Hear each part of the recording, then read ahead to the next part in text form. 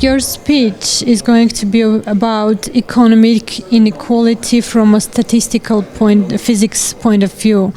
So what does economic inequality have to do with physics? Okay, so let me explain. So I'm a professor of physics, but for some 20 years by now, I'm applying methods of statistical physics to economics. So let me explain briefly what is the analogy. I'm interested in the question of inequality. That is a very important subject, these days and always. There are few rich people and there are many poor people. So there is obviously inequality, and there is a lot of discussion in the media of inequality growth. It's a big social issue, a very important one in socially and politically and so on. So what physics has to do with that? In physics, there are different branches like mechanics, electrodynamics, but there is also a branch called statistical physics.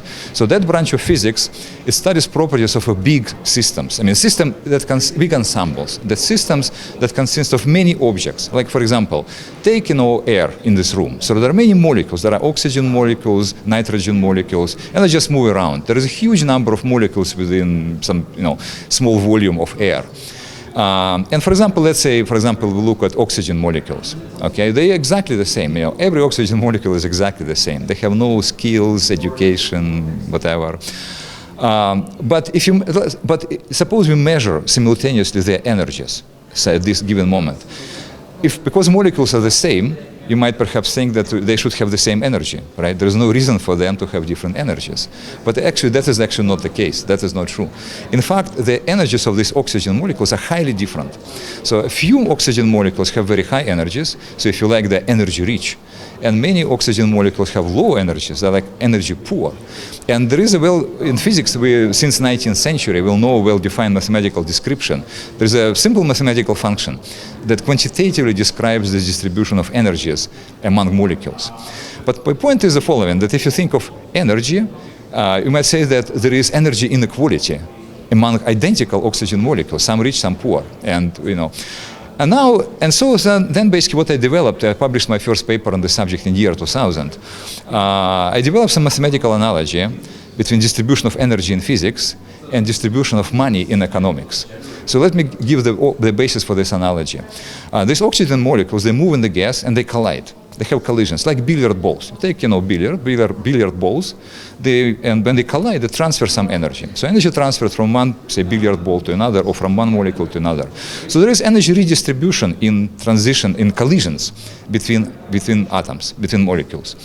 And then it turns out that if you wait long enough and have many collisions, after many collisions, even if you prepare oxygen atoms with the same energy, because of collisions, this inequality will spontaneously develop. So just because of probability reason, because of this randomness in these collisions, this inequality distribution, unequal distribution spontaneously develops, okay? So we know this in physics very well. And so what I did, I applied this idea to economics. Now, what is the analogy? Analogy is monetary transaction. Suppose I buy, a glass of water from you. So I pay you $1. Okay, you give me a glass of water. I drink water. Water disappears and fly away to the United States. We never see each other again. We had just one collision, which in this case is economic transaction. But you see, as a result of this transaction, your money balance is $1 up, and my money balance is $1 down. So there is transfer of money in these economic transactions. And now consider a very big economic system, big ensemble, where many people, we call them agents, they have all kind of monetary transactions. Money get redistributed among the agents. And then I did simple computer simulation when we have, we put them on computer, many agents. Initially, we gave all agents the same amount of money. So we prepare a system in a state of perfect equality. And then we started making random transactions, economic transactions between agents. And as a result of this random transaction, this inequality pattern spontaneously develops. And if you wait long enough, it eventually comes to stable, stationary kind of distribution, which is exactly the same with what we have in physics. So in other words, my point here is that inequality may develop simply for basically probabilistic reasons. In this particular simulation, it has nothing to do with abilities, skills, education, any personal attributes. In that model, all agents were treated equally in a statistical sense. That means it's like a lottery. Everybody has equal probability to win lottery, but it doesn't mean that everybody wins lottery. Only a few people win lottery. And that's kind of similar situation. So that's basically the basis of our approach. And that was first theoretical idea, and then I started analyzing data, first for United States and then for other countries, mostly data on income distribution because that's more easily available. And what we found that in many countries, now we have like more than 70 countries or so, the distribution follows that predicted theoretical pattern. So we have actually quantitative agreement between the theory and the actual data. But there is actually more to that. There are actually additional things that we found that we didn't expect to find initially. What we found is the following, that this exponential function that describes distribution of energy for physical system, it also describes distribution of income for the population, but not for all of the population. It's for the majority of population, some 95-98% of population, distribution of income follows this exponential pattern. But for few percent of population at the top, it follows a different mathematical form. So when we plot the data and try to analyze the data, we see that the whole data set can be very well fitted by two different mathematical functions. Exponential for the lower part, that's majority of population, more than 95%, and different what's called power law function for the top few percent and the top. So in other words, what we see the evidence of a two-class society. There is lower class and there is upper class. And by the way, there is no such thing as middle class. In terms of fitting of the data, we do not see the empirical evidence for so-called middle class. We only see empirical evidence for low class, majority of population, same as in physics, and upper class, which has a different description. Once we realize that we have this decomposition of that data into two classes, upper and lower class, then we analyze data, like for example in the United States, we analyzed evolution of inequality over the last 30 or more than 30 years. And what we found is that this growth of inequality that media talks about, it comes completely from the relative increase of the share of the upper class relative to the lower class. In other words, relative inequality within lower class, within this 95 or so percent of population, actually does not change over time. The average income may change. The scale, for example, average income in the United States increased by a factor like 2.5. And that's mostly inflation. It's just the inflation of the dollar. But in relative sense, there was actually no changes in 30 years of inequality within lower class. It's just the same as it is in physics.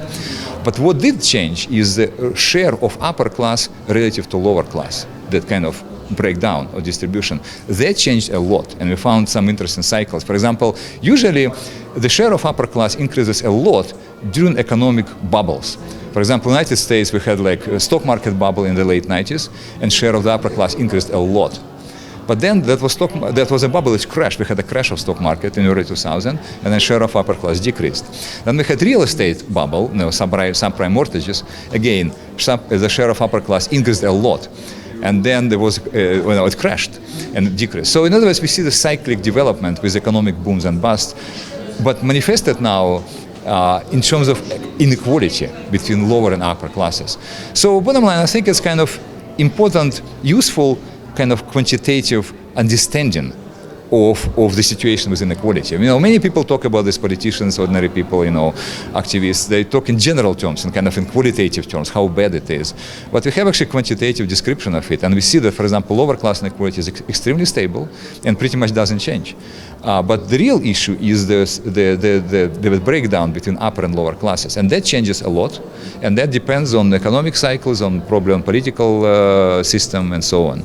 So that's important focus where this should be. That's the place where the focus should be on the studies of inequality. But can we say that economic inequality is always going to be part of our society? Yeah, that's a very interesting question. As a physicist, I would say, my short answer is yes.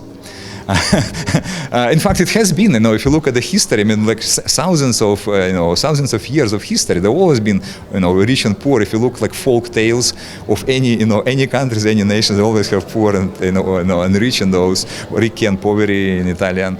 Okay, but there's important caveat here that according to my, model of my theory, my conclusions, the inequality within lower class is extremely stable, described by this exponential function in physics. And that probably is not going to change. Of course, one can apply one can apply policies. Policies can change this inequality.